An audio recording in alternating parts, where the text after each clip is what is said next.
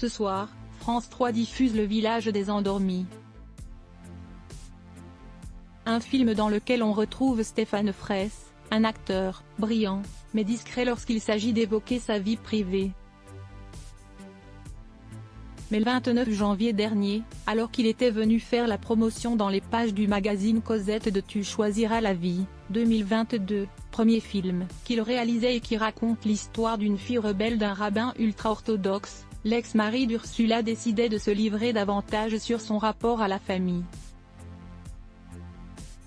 Tout était parti d'une analyse du, ou de la, journaliste en face de lui, qui s'était étonné de la noirceur de ce scénario pour quelqu'un qui a toujours été facilement associé au registre de la comédie, notamment grâce à Chouan, de Philippe de Broca, film qui lui avait permis de remporter le César du meilleur espoir masculin en 1989.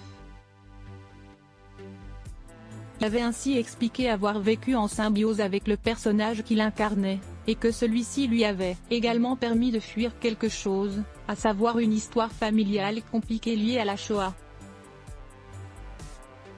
On n'a plus envie de.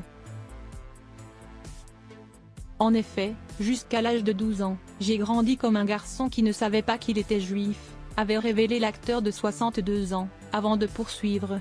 Mes parents ont été cachés pendant la guerre, mon père a perdu son propre père dans les camps d'extermination.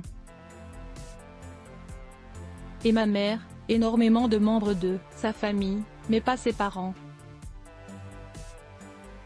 Quand on sort de ça, comme eux, on n'a plus envie de mettre des mots sur le chagrin. J'ai donc grandi dans une ambiance aseptisée, sans aspérité. Le père de Camille, Ruben et Bianca avait ensuite révélé qu'en raison de ce lourd passé lié à ses parents, il y avait pas mal de fantômes qui rôdaient autour de lui et son frère. Sauf que les fantômes, on les retrouve toujours.